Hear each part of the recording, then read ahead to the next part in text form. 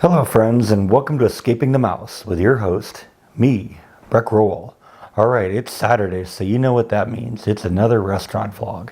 Now you know I've been trying to give you a little bit of a taste of Waco by hitting a bunch of one-off restaurants in town. Unfortunately, in a town of 130,000 people, there's only so many of these one-off restaurants that you can do. So from time to time, as you know, I've been hitting small chains and other types of restaurants that maybe aren't just one-offs, but are things I haven't tried before and I want to give them a shot.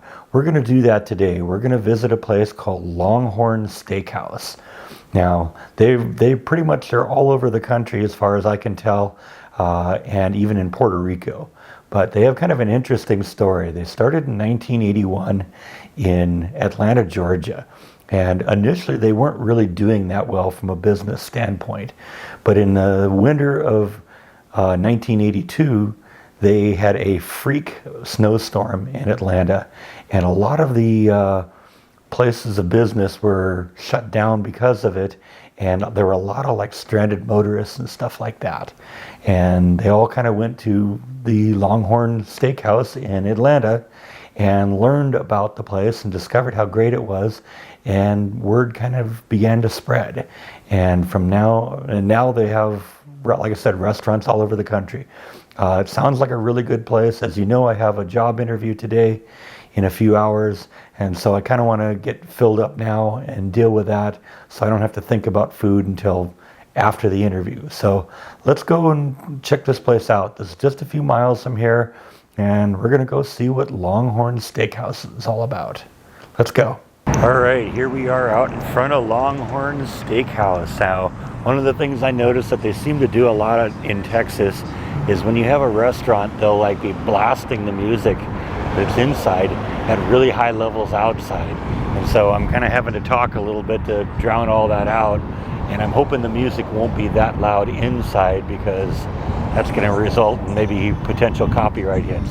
But this is the place here, and looks like a pretty interesting place, so let's go check it out. Yeah, check out all the cowboy boots in here. This is cool. Alright, so this place has a pretty healthy bar, and sometimes I'd get a beer or something, but as you know, I have a job interview today, so I got to keep myself straight, so I'm just going to go with a regular Sprite as usual. But I think I'm going to go with this ribeye steak here. That looks really good. And for a side, I think I'm just going to go with some fresh steamed broccoli. That sounds like a really good combination. So one of the first things that comes out here is your own little personal loaf of bread. So I'm going to chomp on that a little bit while I wait for my steak to come out. All right, my food has arrived. Let's see if it tastes as good as it looks. All right, first a little of the steak. Yeah, really good, really nice and juicy, good flavor to it. Even the broccoli is pretty good. Now, a lot of times, if you can over steam broccoli and it kind of becomes a little mushy. It's got a real good crisp flavor to it. And they got some sort of a seasoning they're putting on it that's really good too. It isn't salt, but it's really good. So I really like the decor in this place. I'm going to kind of show you this place as I walk out. I'll kind of give you my report on the food as once I get out of here and don't have to keep babbling in order to block out the music here. Hope that isn't what I had for lunch. If it was pretty good. A lot of kind of Texas Americana in here. I like this place. It's got a good vibe to it. Apparently this is Bill Pickett, inventor of bulldogging and the best known African American rodeo performer of all time. So that's cool, kind of acknowledging some of the history of the town. You gotta love that.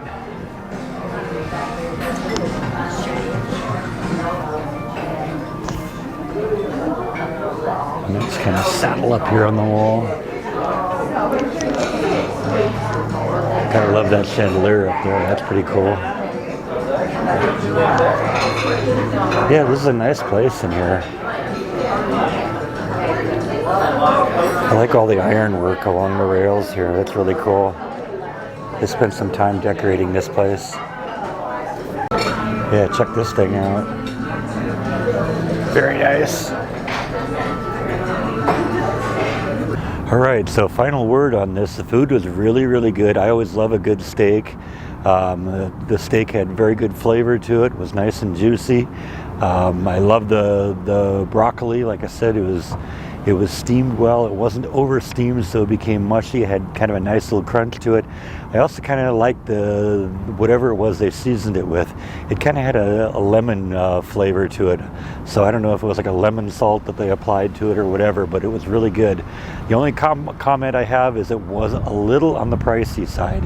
A lot of times I get out of a restaurant for $10 or $12. This time it was, about $28 to get out of there. But, that's a steak, and it was a really good steak. So I think it was really worth it. So now I got to go home and kind of get prepared a little bit for my interview this afternoon. I think I'm going to show you a little bit just how I'm going to dress, but I got to go figure out what I'm going to do that. So let's go home and get dressed and get ready for the interview. It's interesting. I arrived at this place right about the time it opened, about 10 or 15 minutes after it opened, and there were only like 5 cars in the parking place, but I guess I got here ahead of the rush, so that was probably a good thing.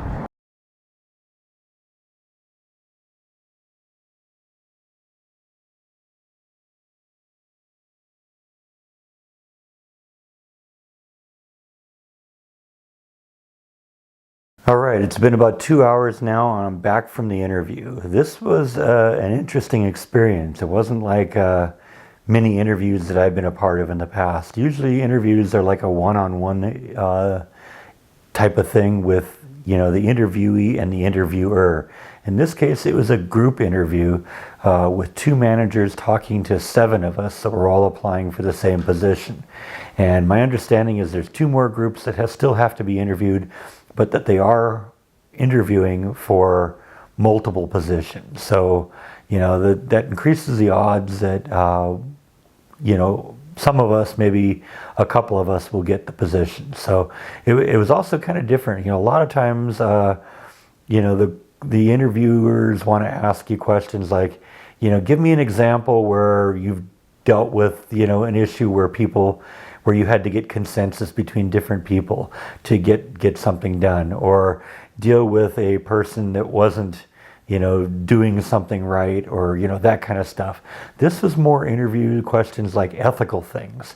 If this kind of scenario happened, how would you deal with it? And like I said, it was a group interview, so it was almost more of a discussion than a Q&A kind of thing, because somebody would say something and then someone else would build on it, and it just turned into a conversation for a few minutes. Now, it started off with a very generic kind of question, who are you, why do you want to work at this company, and I even asked you, what kind of animal would you like to be? That was, I thought that was kind of interesting. So went through that. Then the rest of the time was spent answering these like ethical questions. What do you do? You're working in a team and one of the people isn't pulling their weight or keeps disappearing for long periods of time, and as a result, your whole team is having their work. How would you deal with that? And, the question was, a lot of people were saying, well, I'd go to management first. And my response was, well, I usually like to try and deal with things a little bit ahead of time, on my own, if I can, right before I get management involved. I'd probably talk to the person, try and figure out what's going on, explaining that, when they disappear for long periods of time, that it's dragging down all of our productivity. And, we really need to figure out what's going on to get him or her, being as productive as they can be. And then if I can't get anywhere with that, then we'd go on and, get leads or management or someone like that involved. But it was an interesting discussion. Like I said, it was a group interview. I've only done one of those before, and that was the first initial interview I did with Disney. And, I kind of sort of understood why they did it, because there's so many people coming and going from that place that the HR department probably interviews 1,000 people a day. And so you got to do kind of these group interviews, or else you just end up exerting too many resources doing this initial interview, before you can kind of move on to the more specific things. But that's just the way this company deals with things. And so we'll see what happens. They say that they had one group that they did this morning. my group, which happened today about 3 o'clock, which had 7 people in it. And then there's another group that's coming in at some other point. And they said that they will contact us in 3 to 5 days either way to let us know what happened.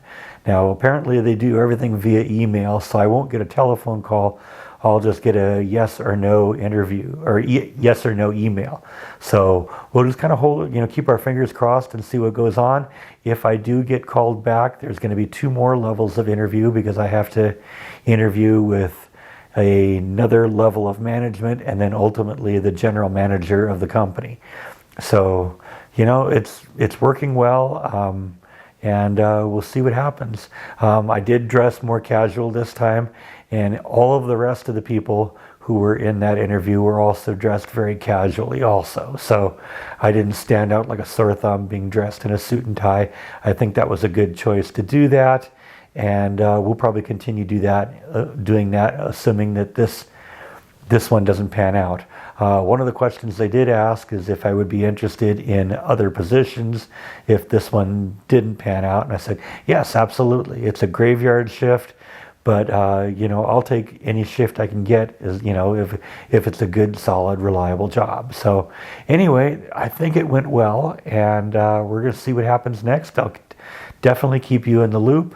And I think that's all that I have to talk about today. So thank you as always for watching. And I will see you next time on Escaping the Mouse. Good night.